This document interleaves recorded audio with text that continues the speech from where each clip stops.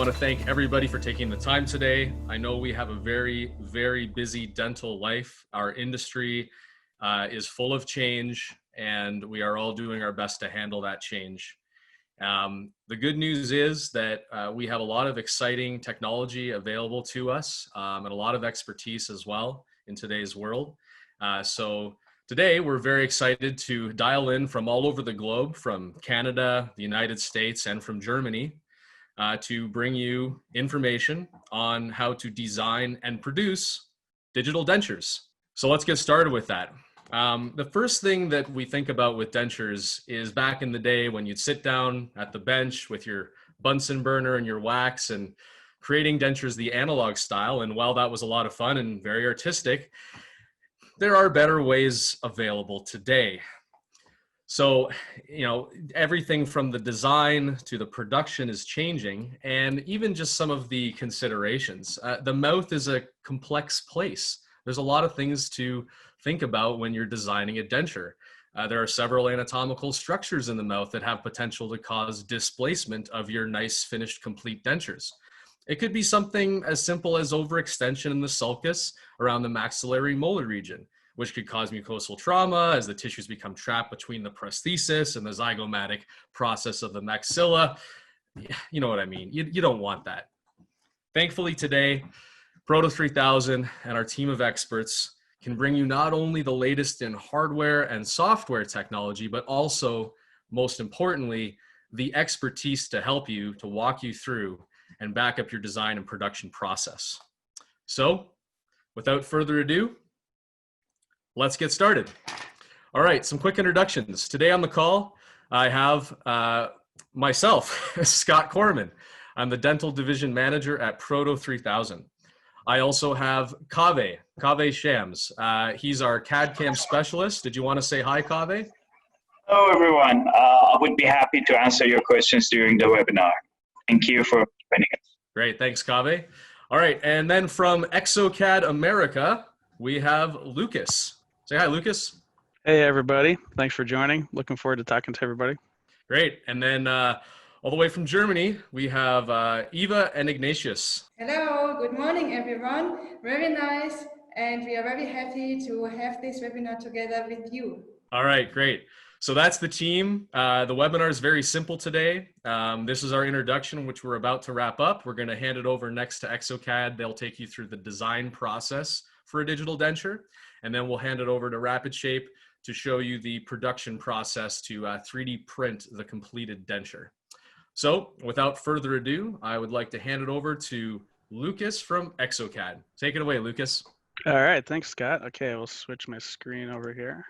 We'll start off with a few slides, and then we'll jump into a software presentation. So today we're talking about exocad's full denture module. So this is an add-on to DentalCAD, but also available as a standalone version if you want to get into denture design without the rest of the CAD package. So the platform release does have a lot of great new features centered around dentures. Mainly, we have some highlights here. Single arch denture workflow was introduced. The previous release, it was limited to full upper and lower dentures, but now there's a dedicated workflow for single arch. In DB, when we open up and start a denture case, you'll see there's 6 different manufacturing processes that we can choose from when setting up a case for a denture, and that just helps us set up unique manufacturing settings for depending on what type of process you're going to be using. And we'll see that a little later in the presentation here. We can also use the virtual articulator, another add-on module for single arch workflow, and we'll see that today as well. And then we also have additional scalable denture tooth libraries that can be adapted to the opposing as well as elements underneath the denture as well. And then bridge connectors, we can set up any combination of bridging the denture teeth for printing and milling and optimizing capacity on your build plates. So production method options, this as I mentioned about the 6 different production options in DB. So after we choose the denture work type, this is what we'll see in the materials section. I've highlighted 3 print options since we're talking about printers today. So we can print the base, use card teeth, print the base and the teeth, individual or bridged, or print the base and use milled teeth. So a lot of flexibility and options here. Another new feature introduced in the wizard is the workflow for try-in dentures. So after we get through our base and tooth design, we can export that as a combined closed STL file optimized for 3D printing. And that's built into the workflow, where previously you had to go into expert mode to export that file. So let's take a look at this. Kind of sets the stage for the case we're going to take a look at today. So upper left corner, we have a case where we designed a bar on an exocad. So that bar would get milled, fabricated. Image in the center, we block out the screw holes, scan the fabricated bar on the model again. And then in the upper right corner, we design the offset substructure over that bar. So the denture we're going to design today is going to fit over this offset substructure. There'll be a space underneath where that would get fixed inside the denture. So then our starting point for the denture today we'll show in the design is going to be a surface scan of this offset substructure and our model again. Let's design a case. Okay, so we'll switch over to our CAD software. Real quick, this is what that looks like in DB when we set up a case for single arch denture. So we have the opposing marked as the antagonist work type, and then our full denture work type for the rest of the arch. You'll notice the connector dots, a missing green dots between 11, 12, and 5 and 6. So we're going to set this up for 3 printed bridge sections for the teeth here. All right, let's take a look at our scans for the case. So here's our input. So this is a surface scan of that offset substructure over the bar, and then our lower opposing scan. So first step in design is to start our model analysis. So single arch workflow is a simplified model analysis, only a few steps to do here. So we'll set up our occlusal plane by placing 3 points on our lower opposing model, the patient's left, right, and center. Click apply, there's our occlusal plane. Click next on the model analysis wizard. Then we have to place a couple points marking first molar positions. And then same for premolars. Place 2 points on our model. And then mark our center point between the central incisors. And that will generate our midline plane. So that looks pretty good. Optionally, we can rotate that if we need to make adjustments there. We'll click OK to close out a model analysis. We'll click next in the wizard. Let's get this set up right here. Okay, so the next step, the wizard's asking us to select the denture tooth library for the case. So since back in DB we told that this is going to be a printed tooth case, it automatically is applying this filter here, and it's only going to show us the scalable tooth libraries, teeth that can be adapted to the opposing and our bar shape here. So you can see we have several libraries available that can be scaled for this type of workflow. We have measurement information available here as we slide the tool mouse tip over the library there. Optionally, we can tell the software not to place a second molar. If there's not an adequate space for the second molar, we can choose that here. So I'm going to go ahead with the exocad generic scaled library. We'll click next here. So the next step after choosing the library, we need to do the tooth setup. So this came right into chain mode here. So chain mode is a really fantastic tool for dentures that allows us to move and position the library teeth, and it keeps ideal contact in between. So I can click on the entire arch, move that if we need to, and that really helps out for midline adjustment if we need to make little tweaks there. I'm going to jump over to single mode here, do our anterior setup. So I can see the color map here. This is telling us where our teeth are intruding the opposing scan here. And I can also use keyboard controls for rotating and scaling these teeth. And chain mode automatically updates the spacing so that they're always in ideal contact. So I go relatively quickly through our tooth setup here, just making some adjustments on premolars. And we can see we're not going to achieve ideal occlusion just by moving them here. So what we'll do later is we'll jump into the virtual articulator mode, run through virtual articulator excursions, and then use that to adapt to the opposing and really get that occlusion dialed in a little better. Okay, that looks good for our tooth setup. Okay, let's click next here. So we're in free-forming mode, so we can use the anatomic presets, which lets us click and drag portions of a teeth. Since these are a scalable library, we can fully use our anatomy adjustment tools here. We can use free-forming, so add, remove, smooth, and flatten work here as well. So at this point, I'm going to jump out of the wizard workflow, go to expert mode, tools, and we'll start up our virtual articulator. So since this model was not scanned on this articulator, it's not already in the ideal position. So what we're going to do is click on Rearticulate Models Virtually. Go over to the Automatic tab.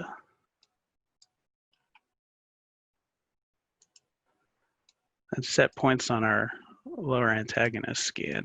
And the software will use that to position on the occlusal plane in the articulator. Quick way of getting it in a relatively ideal position there. So then we'll go back to a regular articulator panel. It's going to recalculate for a second. And then the other thing we're going to do here is choose which teeth influence articulator movement. So since I've kind of set up our anterior teeth so they weren't intruding on the opposing anymore, we're going to use those to guide the articulator movements off. So in this panel, I was going to choose 6, 7, 8, 9, 10, and 11. Click OK. And then start our articulator movements. So now those movements are going to be guided off of the 6 anterior teeth, and then we can use that information to adapt our posterior sections and get the occlusion on the posterior set up correctly. So the software is going to calculate that step for a few more seconds here, and it's finished. So we can click OK to close out of your articulator. Cool thing about the articulator is those movements are stored for the rest of the design process. So in the upper right corner, I can move this slider and visualize any of the movements and go back and see what the articulator calculated. So now we're going to go click on the wizard button, go back to the wizard workflow. So now we're back at the free-forming step. So now what I can do is go to the adapt tab. Since we went through virtual articulator, I can click on dynamic adjustment there. So when I click on cut intersections, it's going to take the articulator movements into account here. So that removed material from the teeth on the opposing. And usually I'll go back to the free-forming tab, turn our opposing off, and then just do some smoothing if we have any sharper edges that were created in that step there. Sometimes we may need to go in and refine the anatomy a little bit after trimming to the opposing, but these look pretty decent here.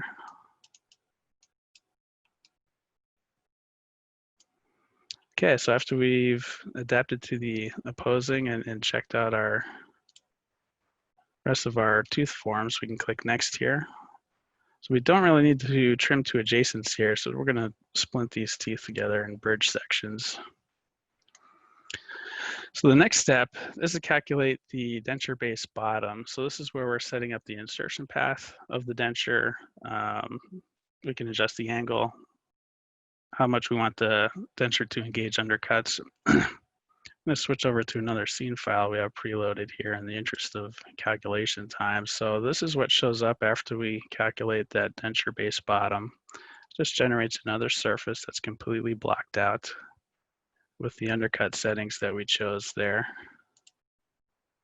So clicking next here, then we get to the design denture base step. So this is where we plot some points and plot out where the border of our denture is going to be. So I'm just left clicking, continuing to place points all around the entire perimeter until we meet back up with the first point and double click here. I can add additional points if we need to go in and change that at all by holding the control key and clicking. Okay, that looks pretty good. We'll accept that and click next.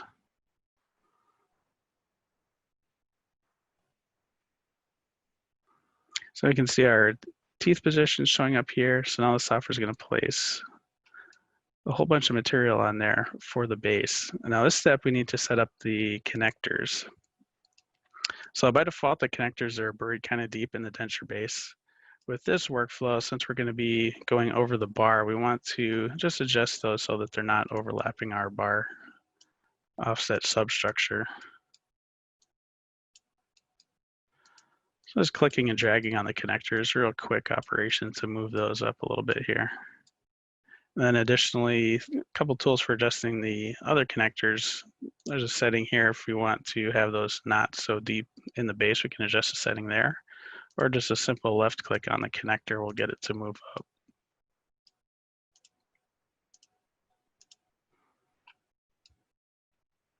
Okay, I think we have the connectors adjusted correctly here. And you can see we have no connector here and here, so that separates our 3 bridge sections for the teeth. So I'll click next again. Turn on True Smile. That's another optional add-on that works really well for denture module here. Go over to the Freeform tab. So this is a step where we can add characterization to the denture base and make that look a little more natural. So I'll just do a quick technique here. Let's smooth this out a little bit.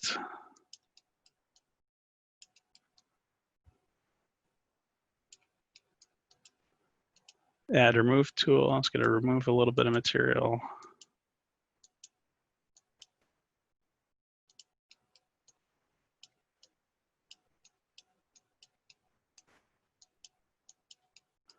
Then let's see, let's bring our brush size as small as it goes. We'll add some more lifelike anatomy around the teeth here. Let's increase the strength just a little bit. So I'm just tracing around the intersection of the teeth with the denture base. Let's do this on the anterior section just to show you the technique here.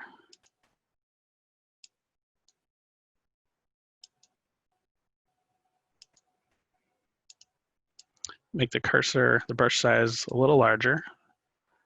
There's left clicking and dragging and add material for root prominence here. Just left clicking and dragging. Let's repeat that for each tooth root.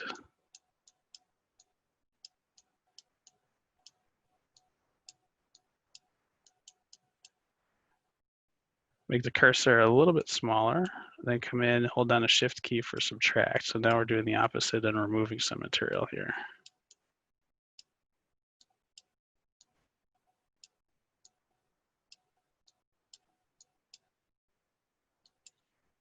Switch over to the smoothing tool, make the brush a little bit bigger, and then do a little bit of smoothing just to soften that a little bit. Then other brush knife here, point and knife, this is good for adding a little bit of characterization as well. So we can come in, that tool just does a real fine, sharp addition of material. And then again, we'll come in and smooth that slightly here. So you can get it as involved as you want here and really practice a technique and get a really natural, more lifelike looking gingiva shape here. So once we're done freeforming, we'll click next. Now we're at this step where the software, because we still have just a huge chunk of material there, it hasn't been adapted to the skin or the teeth yet. So this step, we're telling the software what the minimum thickness we want that material to be and our tooth pocket gap, essentially the space between the teeth and the tooth pockets here. So we'll pull up another scene. That's another relatively lengthy calculation. So this is the finished product after we calculate that base adaptation.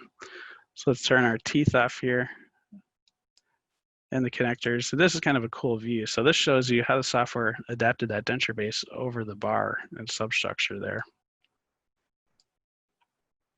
That's a cool view. So then let's turn our teeth back on, turn the base off, and then we can see how the software adapted the underside of the denture teeth to fit over that as well.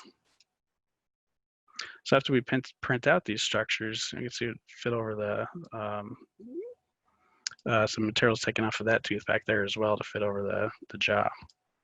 So after the base is printed and the teeth are printed, this is set up to, so those teeth should fit in the base pretty good. So the last step from here is really just saving the case. The software generates STL files for our bridge sections and the base, saves those locally, and those are now ready to send to the printer for printing. So design process is finished, Scott. Let's switch over and see what happens next. Okay, thanks so much for that, Lucas. Very, very informative. Lucas has had a lot of experience with exocad, but with the right training, you can definitely achieve what Lucas just achieved. Maybe just not as calmly and smoothly as Lucas did, but that comes with experience. A couple times. All right, fantastic. Thanks again. Okay, so we have our designed denture, and we are ready to now send it over to be manufactured or produced on a 3D printer. So I'd now like to welcome Eva and Ignatius to talk about that process with you. Handing it over to you guys. So before we would like to go into our digital workflow and present you how we build and slice the denture in the software NetFab, I would like to give you a short introduction in company RapidShape. So for all who doesn't know already what we are doing or who we are, I would like to give you a little insight. So we are the manufacturer of professional 3D printers and post-process equipment. The company was founded in 2011 and we are based in Germany. So please forgive my strong German accent. Yeah, I know you can hear it, but maybe you can oversee about that. Yes. So we have at the moment around about 150 employees, and we have 35% in R&D, so system development, application development, and in consulting. Our vision is that good should always be simple, and we would like to show you today how that works. We are represented in 4 different branches. Besides to the big dental market we are in, we are also in 3 other branches, and these are the hearing aid industry, the jewelry industry, and also the industry sector. Service is very important for us, and we are worldwide ITO site, and we have a lot of service departments, which is now very important for you, is that we have a service department in the USA, and this is responsible for the North American market. Then we are also in Brazil, and on the other side of the world, we have service departments in Japan and in China. Of course, we also have a service department in our headquarters in Heinsheim in Germany. The material is very important for the printer, so the material drives the printer, and this is also very important how we can see it today with our denture base. And I would like to give you a rush overview about our certified material partners, with we work closely together, and it is also a very easy and quickly nice access for you to get the material. So these are Deltamid, Detax, Voco, Keystone, DMG, and the Rewe. And we are also regional represented. There we have the company Iller in Brazil, Lei for China, and GC is in Europe. So here we can see our printer portfolio. Beginning from the left-hand side is our D10 Plus, and this is our solution for our chair side. So this means for the dentists. Then the D20 Plus cartridge and the D20 Plus, this is for, let's say, smaller labs and also for starters, so for labs which would like to start with the 3D printing. Then the D30 Plus and the D42, this is for professional and also for bigger labs. And the D30 Plus Ortho is especially for ortho labs, of course, like the name says. And we also have the perfect suitable post-processing equipment with our RS Wash and the RS Cure. Additionally, we are also into the industry sector in dentistry and in ortho aligner production. You can see these machines on the right-hand side, and yeah, this is for a very big amount of dental applications and for mass production in aligner manufacturing. And you can also build this in a complete production line where you can have 5 printers in total in one complete line. Yes, today you can see in the back, which we can see here now. In our back we have the D20 Plus and the RS Wash and the RS Cure, which we would like to demonstrate today our digital workflow. And now Ignatius will take over and he will introduce the slicing software NetFab and how to slice a denture base. Yes, thank you, Effa and Scott and everyone at Proto3000. So essentially what we have here is we already saw the creation of the denture and the teeth. So we will just follow up from there. So what we have is in this particular instance is our D20 work environment or workspace. And what we need to do is select a specific workflow that we are going to use. For this instance, because it's dentures, each design is so unique, there's no default way on positioning it. We use a manual workflow for this. So I'm just going to load the part that was supplied to us. And then from here, I will try and illustrate exactly. So here we have the denture. We can see that it also has the space for the bridges in there. And like I said, the design for the dentures are so unique that there's multiple different ways to position them. So in this instance, I will just duplicate this particular model. I will then rotate it so that I can print one upright and the other one on its nose, so to speak. And we'll just go ahead like this. So here are the two, well, of the same model.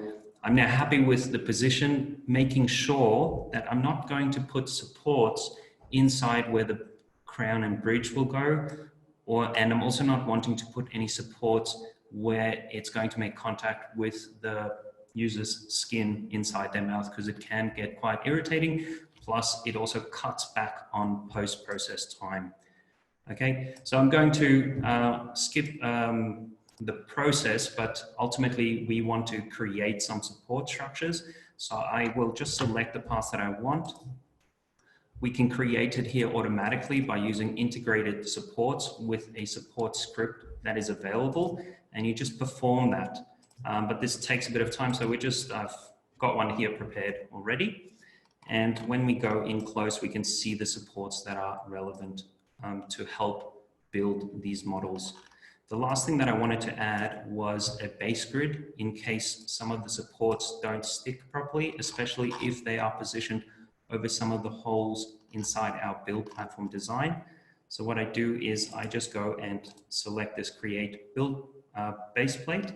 I will use it across the whole build area, and I will just perform that real quick and let that run into it. And then once you have that base plate, you have the models as you want them with the supports, then we can just go as simple as slicing them, making sure that you have selected the correct machine as well as the material that you want to use with it. Okay, so as a simple overview, we'll just use this denture machine as well as selecting the denture material so that all the printing parameters are being loaded into this job file so that the printer knows exactly what it's supposed to do. Okay, and then it just goes into creating that build. This process can take a bit of time, but ultimately it's as simple as that. And then you can go over to the printer and go and select it out of the job list from there. And now Ignatius made the perfect work before. And now we already have the printed denture. We made it today very, very quickly. So the D20 Plus and the building area is 133 multiplied to 75 millimeters, and the light source is 385 nanometers. The native pixels are plus minus 34 microns. And here you can see the build plate and also the reservoir where you make the resin inside. And when the job is ready, then we have the denture base like this. You can see it like this. So now I would like to give you a little bit more detail in our printing technology. So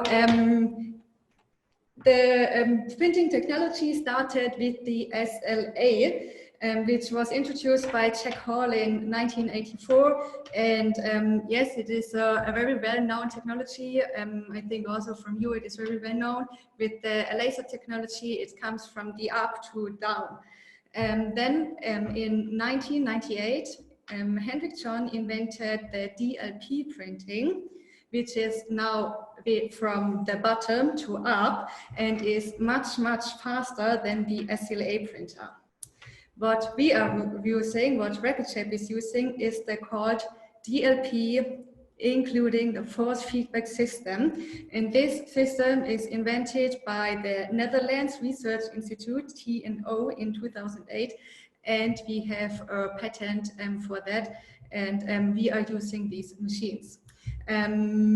So it is very, in a short sentence, summarized that it calculates in real time the fastest possible layer separation without compromising the layer lamination.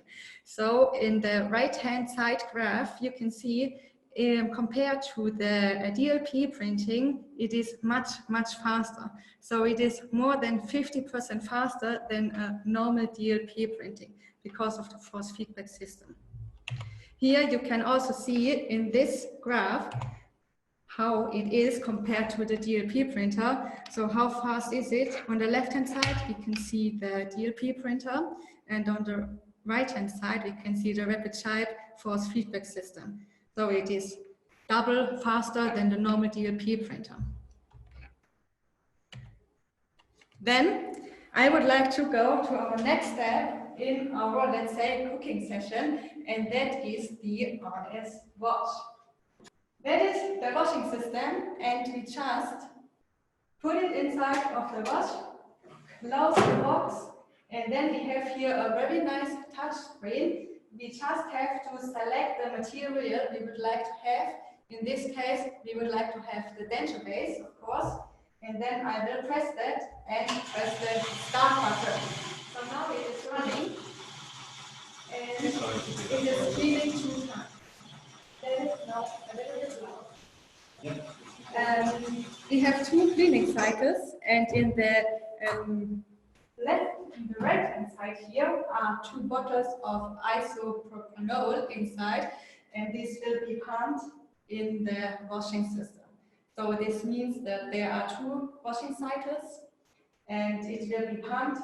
The first time it will be pumped in the bottle bag, so then we have there some cleaning also inside of the system, and after that there is a second bottle, and this bottle will go then inside of the wash, and then the parts are cleaned. The third step of this washing is the drying. And here I would like to show you how fast that is working. So it immediately washes, and it makes it is like a whirlpool, so you really can see how fast that will speed up and is cleaned. This is just in a few seconds. Here we are in 30 seconds. Now it's 3 minutes. Yes. So then the washing process is finished. We will take out the part. The part is already cleaned. Very nice. And now we have to make the curing. We will put it into the curing box. We will close it and make the same, which means we will then select our denture base, and we will also press the start button. Then it takes around 48 minutes, and after that it is completely cured. We have here a 360 degrees illumination in one go, and that means you also don't have to do anything more. You don't have to turn around the piece. You do not have to make another step or make it again. So this is completely the whole process. It is completely automatically, and the machines are all connected once and once. Here we have now our ready denture base. It is completely printed. I will hold it in the camera a little bit closer. I hope you can see it. That is our denture base. And I would like to make it also inside the puzzle, which we, for the teeth, which we also prepared. Of course, we made them already. And we made them here. This is one piece together. You can see it a little bit closer. And that is our denture base. And the patient has luckily now the teeth. That is our digital process in 3D printing. Thanks so much, Eva. Ignatius, thank you. Appreciate you guys walking us through that. I really love that little printer system. It's so well designed. I mean, the first time I saw it visually, it was just very attractive to look at. But most importantly, the functionality was just very well thought through. The way that the washing station, for example, is fully contained. You don't interact at all with the sticky toxic resins from the printer or in the cure station, or in the wash or cure station. It's all contained throughout the whole process. So great job on design there, guys. You really made a nice product. And so far, the units that we have out in the field, we've had really great response of how the hardware operates. So keep doing what you're doing. It's great. Go ahead and type in some questions, and we'd be more than happy to answer those questions. Of course, keep it related to the subject matter. Specifically, the thing that I keep hearing with dentures in general is the frustration with fit. And that goes for traditional process and digital. So it's nice to be able to explore some technologies that you can rely on. They're highly accurate. And at the end of the day, if you've followed the procedure properly, you can rely on this technology to create an accurate set of teeth and an accurate base where the fit will be good there. And most importantly, the fit in the patient's mouth will also be fantastic in what you're looking for. All right, so let's head over to the Q&A window and answer some questions. So we have here, what micron is the printer accuracy? So I think that's referring to maybe the native pixels, Eva, which I think, did you want to answer that? I think it was 34. Yeah, that is fairly accurate. It's roughly 34, 35 on the native pixel. 34. Okay. And actually, I'll make a comment on that too, because sometimes questions get asked with a certain intention, but the way that they're asked isn't really the right way to ask it or the right terminology. So accuracy is different than resolution. They're two different things. Resolution is like, if you see something pixelated on a computer screen, it's low resolution. It looks fuzzy and blurry. So the resolution is low. That means you're not getting an accurate representation of the picture. So they are like highly related, but at the end of the day, you want to make sure that whatever you design on the screen in exocad is what comes out of the printer and that they match. So the closer they match, the higher the accuracy, regardless of resolution. It is an important factor, but they're not the same thing. The other thing to keep in mind is depending on the application we're speaking about, you don't really need as high of resolution. So ortho is the obvious example here. If you're doing a bite splint, you wouldn't need as high a resolution as, for example, a crown and bridge case or an implant case. So these are some things to just clear up in your mind when you're thinking about these technologies.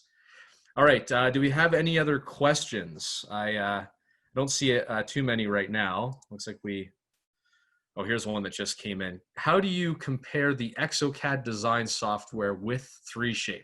That's a big question. 3Shape and exocad are the two softwares you'll run into in the dental world mostly. There are others, but those are the two that we see the most.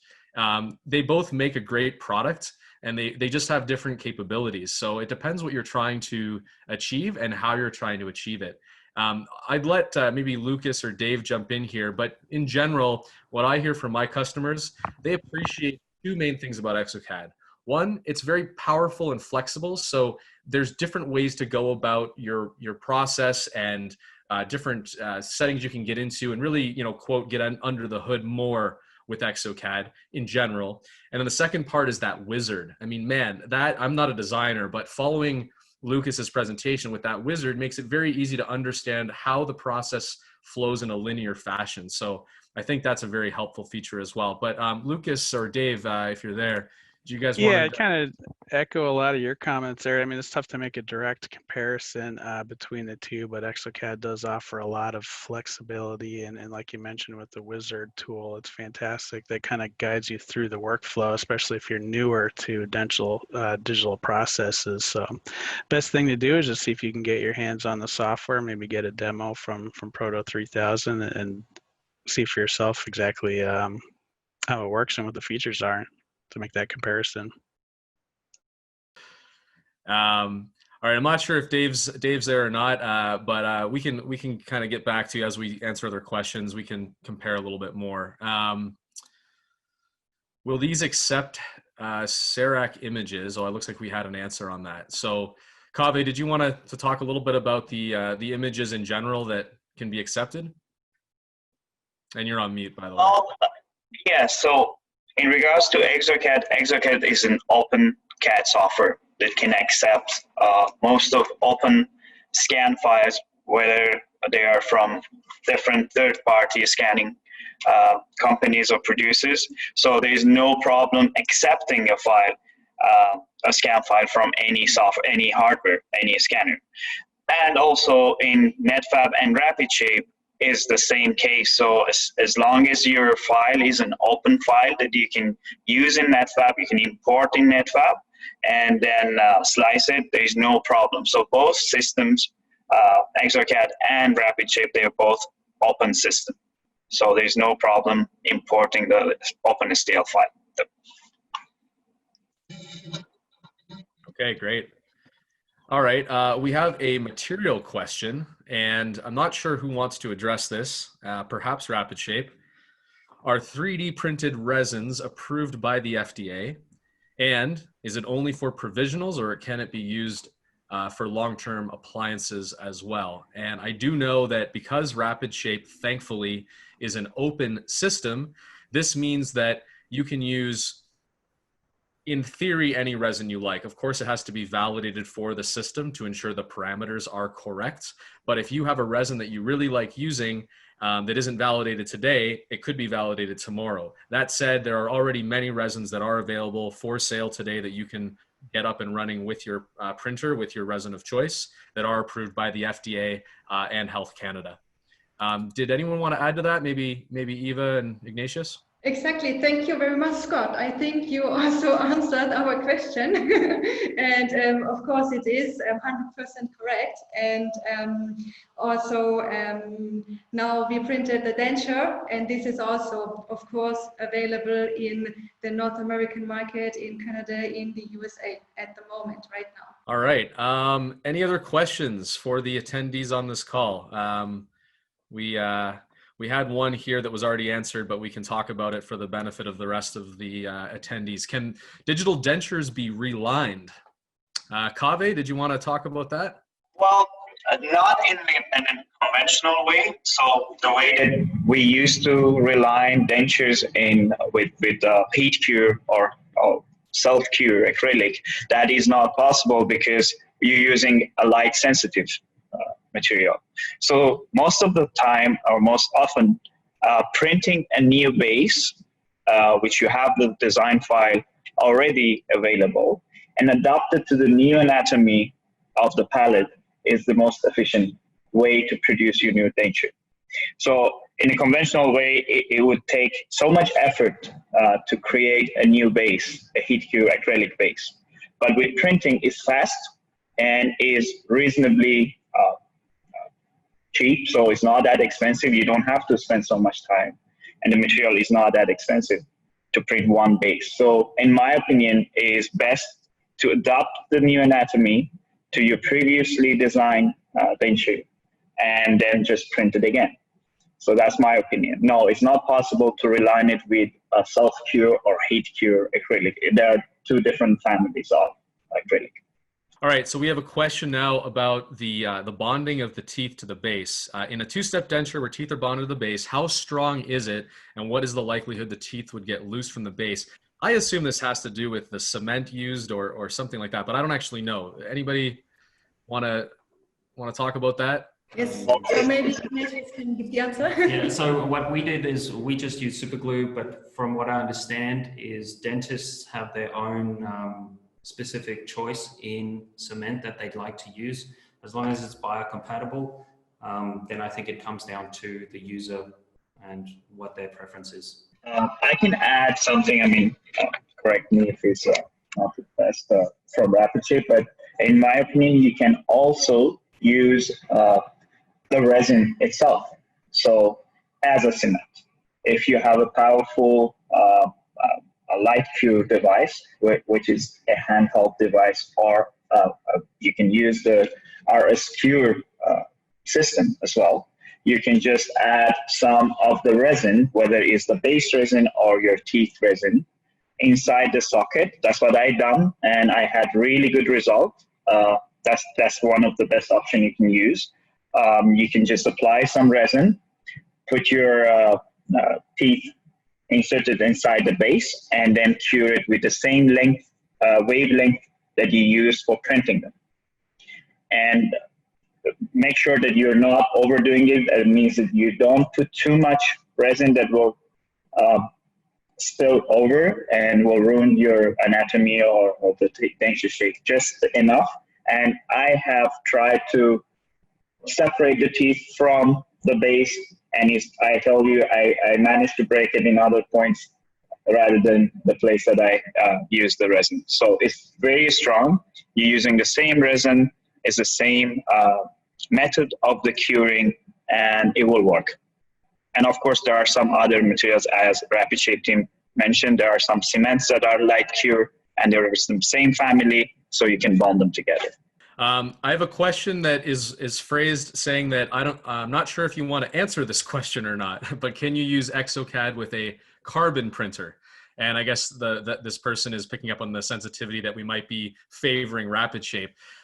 We are happy. Proto3000 is an open company. We don't make anything ourselves, so we try not to be biased. We're just like you, the lab owner or the clinician, looking at the marketplace for the best solutions for our customers. So when we go to market, we evaluate everything that's there. And before we made a partnership with RapidShape, we did look at carbon and other printers to see what technology they use, what resins were available for those systems, and what's the business model behind it. And for us, the business model with carbon is where it just didn't fit for us. They have a leasing arrangement where it's you pay for the system and you don't really own it. And it works for some people, but for the majority of our customers and what we heard, they wanted to own the equipment. So RapidShape follows that standard business model where you purchase and own the equipment, and that's working well for us. Furthermore, the speed of the RapidShape system is super impressive, and they're almost as fast as carbon. And that's the main thing carbon has made a splash in the industry about, is the speed at which they can produce models. It's still it's very small build tray on the carbon, so you can get into arguments about volumes and so forth over time. But at the end of the day, we feel RapidShape has a fast printer that follows a standard business model of ownership and is completely open with materials, and anything that isn't available today is open for development in the future. So those check most of the boxes for our customers. And yeah, we're always happy to talk about everything on the market, so don't be afraid to bring that sort of stuff up. Okay. Let's get back into some manufacturing questions. There's a few that are interrelated. I'm trying to sort of put them together into something that makes sense. We're asking about the teeth looking like acrylic teeth, the difference between the dentin and the enamel. What are the, how brittle is the material if it's 3D printed, things of that nature. I mean, there's milling as a production process as well, if you'd like to use millable materials. But when you 3D print something, there are also finishing considerations. Kaveh, maybe this is something that you wanted to jump into. There was also a shading question about the teeth. So let's just talk about the teeth in general, the materials, the shading, and so forth. As you were saying, the printed material for now with all the printers are monolithic. That means there is no division between the enamel and dentine as we have on charted teeth. That is not possible yet. I'm hoping to see that in next few years. But for now, if you intend to have that kind of restoration, that kind of anatomy and finish, you can mix different options that we have. You can print your base, and then you can mill your teeth out of multi-shaded PMMA.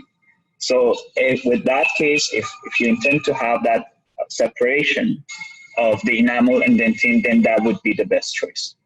With the shades, I have a question that how many shades or what different shades are available. It depends on the company of the resin. I'll leave the RapidShape resins with RapidShape team to answer how many shades are available with RapidShape. There are different companies on the market that they produce resin, and they have their own charts. As far as I know, all the regular retail shades are available for the print. So that was the answer to the aesthetic part of the piece. Great. All right. We're learning all about shades today. We've got about 2 minutes left on the call until 1 o'clock. So if anyone has any final questions, Dave, I don't know if you're there and you wanted to chime in at all to give you a chance. But if not, we could probably wrap this up. Does my team have anything further to add? Anything that we might have missed that might be helpful for our attendees on the call today? Sorry, I would just like to add what Harvey was mentioning about bonding the dentures or the crowns onto that denture. When you are using liquid resin to bond them, it is very important to post-process that in the correct manner for that particular resin to make sure that it does stay within that biocompatible range. But yes, just as a final add to that. Very good point, Ignatius. Very good point. These materials has to be cured and post-cured based on the recommendation of the manufacturer in order to have them biocompatible.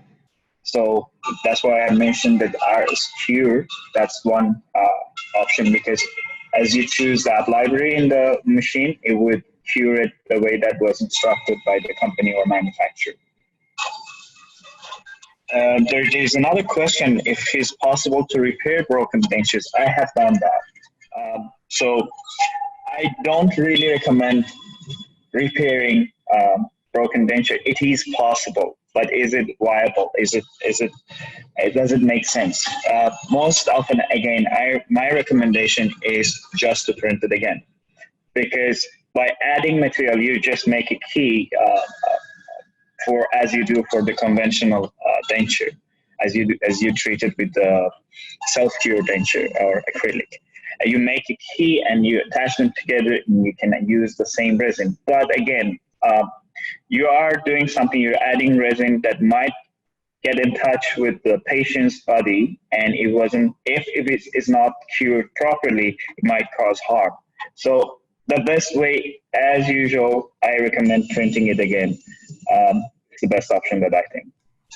Yeah. Hey, Kaveh, Dave here with exocad. To that point, I think there are a lot of questions about relining, using conventional ways, repairing. All of this, I think, is because there's a preconception out there that it may be expensive to print these denture bases. And, why would I reprint it if I could just use a little bit of acrylic? But the cost of printing this is much less than you can imagine. I think for a few dollars, you can print off a denture base. It's not tens or hundreds or anything like that. It's very inexpensive to manufacture these.